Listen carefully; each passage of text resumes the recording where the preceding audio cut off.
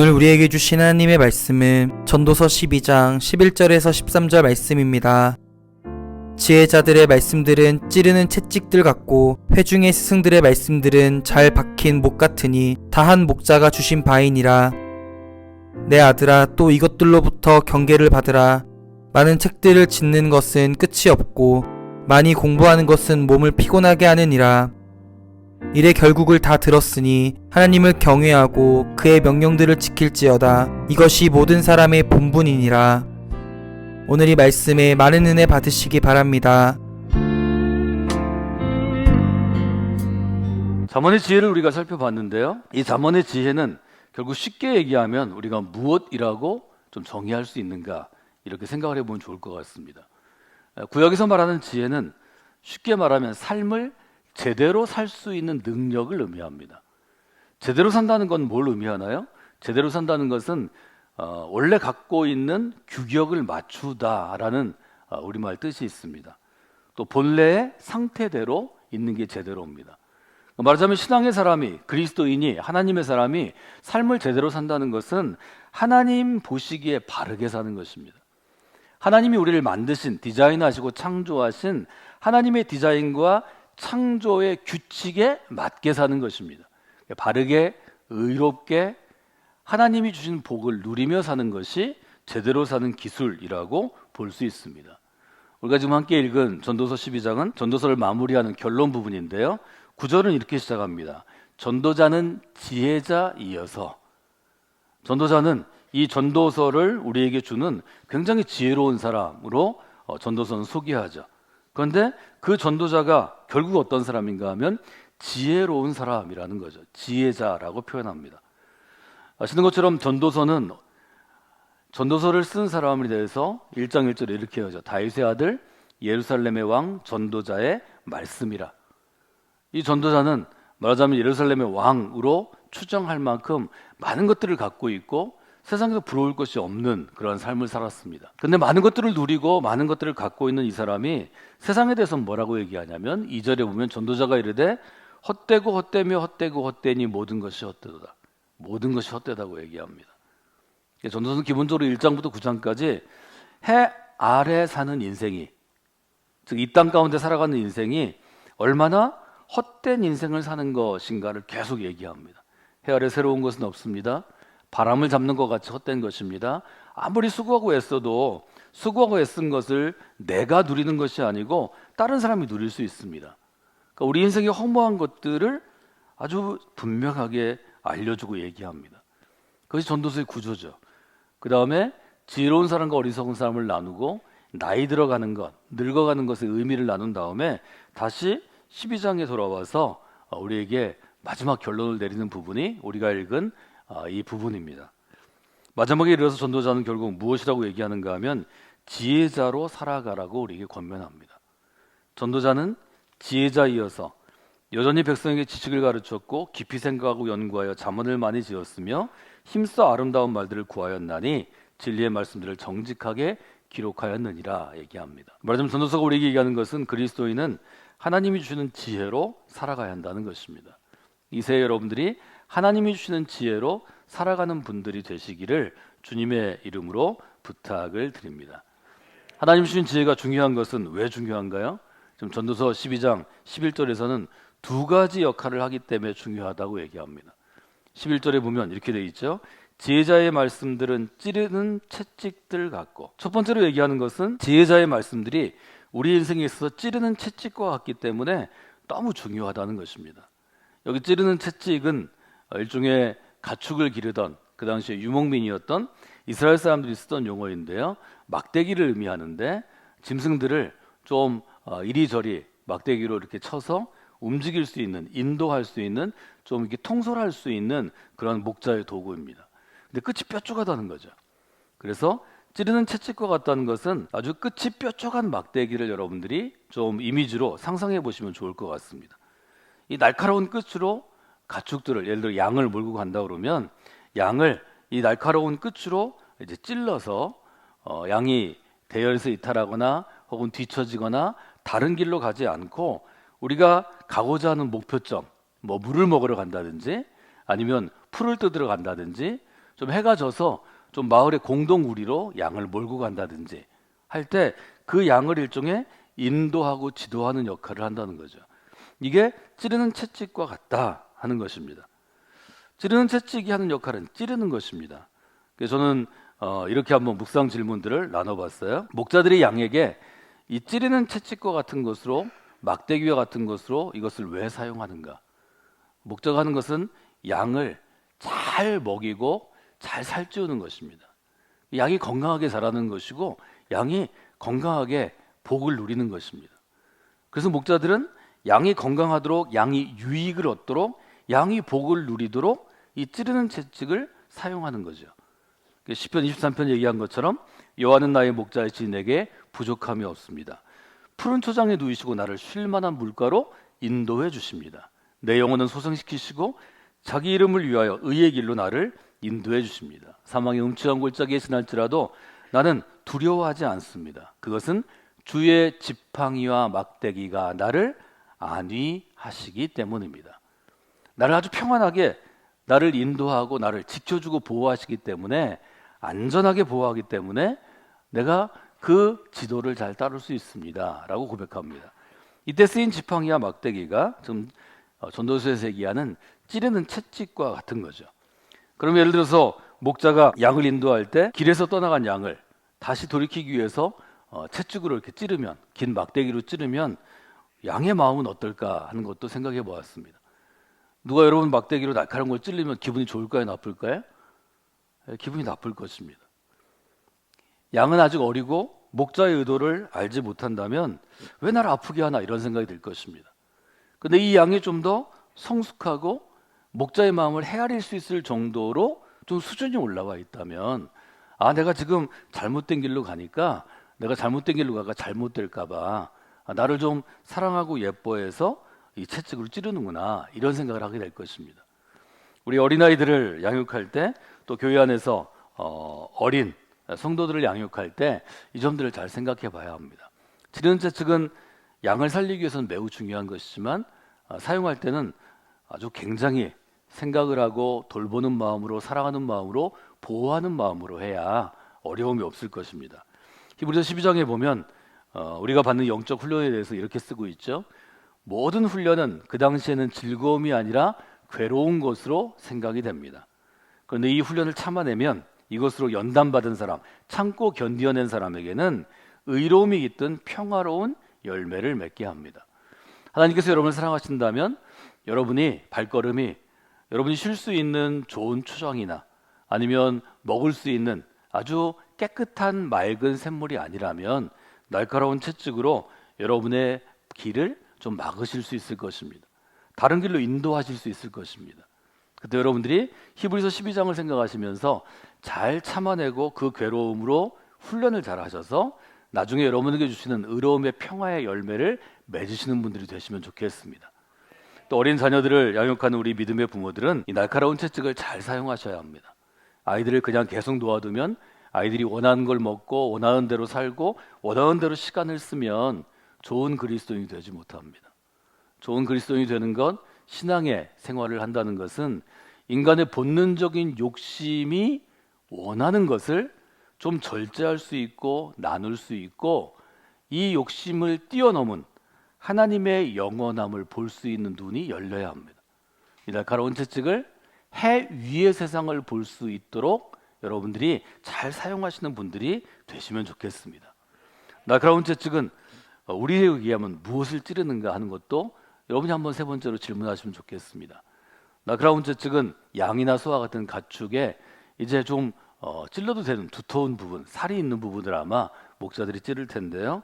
하나님께서 이것을 사용하실 때는 우리의 마음을 찌르십니다. 바울이 얘기한 것처럼 우리 양심을 찌르십니다. 여러분들이 날카로운 채찍이 필요한 것은 우리가 믿음 안에서 성숙하고 굉장히 어른처럼 살 수 있을 것 같지만 실제로는 그렇지 않습니다. 우리가 오늘 하루를 살다 보면 또 신앙생활 하면서 1년, 2년, 10년, 20년을 지나다 보면 잘하려고 그러지만 잘하지 못할 때가 많습니다. 전도서의 비유로 얘기하면 전도자의 말이 찌르는 채찍과 같다는 것은 해 아래 사는 사람들은 근본적으로 자기 욕심에 충실하게 살아가려고 노력합니다. 내가 하고 싶은 것, 내가 소유하고 싶은 것, 내가 이루고 싶은 것들을 하기를 원하는데 그것이 하나님 보실 때 하나님의 규칙에 좀 문제가 된다면 내가 이것을 소유하고 내가 이것을 먹고 내가 이것을 누렸을 때 오히려 나의 영혼에 해가 된다면 하나님께서는 그 부분을 찌르십니다. 그래서 저는 마음이라고 보편적으로 크게 얘기하지 않고 우리의 약한 점이라고 얘기하면 좋을 것 같습니다. 우리가 신앙생활을 하면서도 특별히 약한 점들이 있습니다. 어떤 사람은 자기 자존심을 건드리면 뭐 신앙이고 뭐고 뭐 교회 질서고 뭐고 크게 반응하는 사람이 있습니다. 어떤 사람은 자기가 갖고 있는 악기는 무엇, 뭐 그것이 자기의 소유일 수도 있고 자기가 갖고 있는 어떤 물건일 수도 있고 자녀일 수도 있는데요. 이것에 타치를 하면 날카로운 채찍이 그것을 건드리면 못 찾는 사람이 많이 있습니다. 여러분의 약한 부분은 어떤 부분인가요? 하나님께서는 여러분의 약한 부분을 만지십니다. 하나님께서 여러분의 약한 부분을 만지실 때 하나님께서 왜 만지시는지를 자꾸 묻고 생각해보고 또 만지시는 이유를 찾는 분들이 되시면 좋겠습니다. 여러분의 아이들을 지도하실 때에도 어린 자녀를 지도하실 때에도 이런 일이 있다면 내 경우에는 내 경험에는 이런 때 하나님이 날카로운 채찍으로 나를 훈계하셨다는 것을 여러분이 좀 전할 수 있는 좋은 좀 영적인 교사도 되시면 좋을 것 같습니다. 두 번째로 지혜로운 말씀은 어떤 역할을 하나요? 잘 박힌 못과 같다고 11절은 얘기합니다. 지혜자의 말씀이 잘 박힌 못과 같다는 거죠. 이 못은 원래 원어로 하면 소를 모는 꼬챙이라고 합니다. 소머리 꼬챙이 이렇게 번역할 수 있다는 거죠. 소가 무리의 대열을 이탈할 때 소를 찔러서 길을 따라가게 하는 것이 목적이라고 합니다. 우리는 진리를 향해서 길을 떠난 믿음의 사람들입니다. 신앙이 성숙해지고 또 신앙이 좀 더 무르익기 전에는 생명의 나무로 크게 자라기 전에는 사람은 진리를 향한 길을 가지는 않습니다. 사람은 대부분 자기 욕심을 따라 길을 떠납니다. 이것이 참 쉽지 않은 일이라고 생각합니다. 진리를 향해서 가지 않고 욕심을 향해 갈 때 하나님께서는 잘 박힌 목과 같은 소를 모는 꼬챙이와 같은 것으로 우리가 해 아래 세상에서 유익함이나 나의 기쁨이나 즐거움만을 따라 살아갈 때 그러고서 하나님께서 우리에게 주시는 마음과 양심과 규칙을 버릴 때 그때 우리를 좀 찔러주는 또 우리로 깨닫게 하는 그런 소머리 꼬챙이가 될 수 있다는 것을 여러분이 기억하시면 좋을 것 같습니다. 여러분 매 주일을 성수하라고 또 주일 예배를 지키라고 또 유대인들의 경우에는 안식일을 지키라고 하신 하나님의 말씀은 매주에 한 번은 아주 정식으로 공식적으로 우리의 삶을 한번 돌아보고 하나님이 찌르는 채찍으로 또 잘 박힌 못으로 좀 만지시는 시간입니다. 때로 여러분 우리가 예배 중에 있을 때 또 설교자를 통해서 하나님께서 말씀을 서로 나누게 하실 때 아플 때가 있죠. 우리 아픈 부분을 아주 날카로운 꼬챙이로 찌르는 것처럼 우리를 만지실 때가 있습니다. 여러분도 있고 저도 있고요. 이런 경험들이 신앙생활이 깊어질수록 사실은 자주 있습니다. 그때가 바로 하나님께서 여러분을 찌르는 채찍으로 잘 박힌 못으로 만져주실 때입니다. 그 때를 여러분들이 잘 받아들이시고 잘 소화하시면 좋을 것 같습니다. 또 다른 견해는 이 잘 박힌 못을 유목민들의 천막 생활하고 연결하는 건데요. 대부분의 천막의 기본은 천을 지탱하는 기둥을 세우고 기둥에 줄을 매서 못으로 팩으로 고정하는 것입니다. 천막을 치는 기본적인 거죠. 여러분 인생을 만약에 천막에 비유한다면 내 천막을 붙잡아 매는 못이 단단한가를 잘 보셔야 합니다. 이 못이 쉽게 빠지거나 쉽게 끊어지는 것이라면 여러분의 천막은 쉽게 무너집니다. 또 하나는 못이 단단하다면 여러분의 인생에 천막을 맬 때 그 못을 흔들리지 않고 빠지지 않게 깊이 이것을 넣는 것이 중요합니다. 깊이 박는 것이 중요합니다. 못이 깊이 꽂혀 있을 때에만 천막이 유지되는 거죠. 여러분의 인생의 천막이 자주 넘어지든지 아니면 뭐 조금 비가 오고 바람이 좀 세게 불면 천막이 자꾸 날아가든지 그때는 여러분이 잘 박힌 못이 문제가 있는지를 봐야 합니다. 못에 문제가 있습니다. 천막을 고정하는 못에 문제가 있다는 거죠. 그런 점을 여러분들이 한번 돌아보시면서 하나님께서 여러분을 찌르는 채찍으로 잘 박힌 못으로 또 이번 한 해 동안 새해 동안 우리를 인도하실 때 그 인도하심을 잘 알아듣고 지혜롭게 받아들이고 또 잘 소화시키시는 그런 지혜로운 그리스도인이 되시기를 주님의 이름으로 부탁을 드립니다. 전도 12장은 결론을 이렇게 내죠. 13절에 보면 일의 결국을 다 들었으니 결론은 이것입니다. 하나님을 경외하고 그 명령을 지킬지어다. 이것이 사람의 본분이니라. 전도자가 결국 얘기하는 것은 인생은 헛된 것입니다. 우리가 아무리 열심히 살아도 안 되는 게 많이 있습니다. 우리가 아무리 노력해도 거둘 수 없는 것도 있습니다. 이것을 얘기하지만 결국은 그렇기 때문에 헛된 인생에서 우리가 붙잡을 수 있는 것은 하나님을 경외하는 인생을 살아가는 것이 가장 지혜로운 것입니다. 이것이 지금 전도서의 일종의 결론이라고 볼 수 있습니다. 본분이라는 단어가 등장하는데요. 본분은 어떤 것인가 하면 사람이 마땅히 지켜야 될 어떤 직분을 본분이라고 합니다. 사람이 저마다 갖고 있는 본래의 어떤 신분인데 이거 본분이라는 우리가 한자어로 씁니다. 히브리어로 이 본분은 어떤 것인가 하면 사람이 행할 의무가 있다면 그 의무를 마땅히 지켜야 할 의무를 본분이라고 합니다. 하나님 우리를 생명의 나무로 선택하시고 생명의 나무로 심어주시고 그리스도의 사람으로 우리를 부르셨다면 우리가 마땅히 지켜야 할 의무가 있다는 거죠. 전도서는 이 땅에 사는 사람들을 두 부류로 나누죠. 하나는 해 아래 세상에 사는 사람들입니다. 이 사람들은 자기 욕심을 따라 살아가고 세상의 풍조를 따라 살아갑니다. 그러면 하나님의 사람, 하나님에게 선택을 받은 생명의 나무로 살아가는 우리는 어떤 사람이냐? 해 위에 세상에 살아가는 사람이라고 전도서는 구분합니다. 해 아래의 세상과 해 위의 세상을 구분하고요. 이 점은 우리에게 매우 중요합니다. 여러분들이 해 위의 세상을 살아가야 하는데 다시 여러분의 눈과 몸을 낮춰 해 아래 세상에 살아가면 내려가면 하나님이 찌르는 채찍으로 잘 박힌 못으로 우리의 삶을 다시 해 위의 세상을 볼 수 있도록 일으켜 세우십니다. 이것은 매우 중요합니다. 영어로 할 때는 sun이라는 단어가 두 가지가 있죠. 해 아래 세상은 under the sun입니다. 태양을 의미하죠. sun, sun을 의미하고요. 그런데 우리는 해 아래 세상에 있지만 또 다른 under the sun입니다. 이때는 son, 아들이란 뜻으로 예수 그리스도를 의미하죠. 우리는 예수 그리스도 안에 살아갑니다. 그래서 태양 밑에 살아가는 삶은 해 아래에 있는 그러한 믿음 없는 사람들의 삶이지만 우리의 삶은 예수 그리스도 아래에 있는 삶이고 이것은 곧 해 위의 세상을 바라본다는 거죠. 여러분들이 해 위의 세상을 바라보며 이 새해 믿음으로 승리하시는 분들이 되시기를 주님의 이름으로 부탁을 드립니다. 그렇게 하기 위해서는 지혜자의 말씀이 하나님의 지혜의 말씀이 여러분에게 찌르는 채찍이 되고 잘 박힌 못이 되어야 합니다.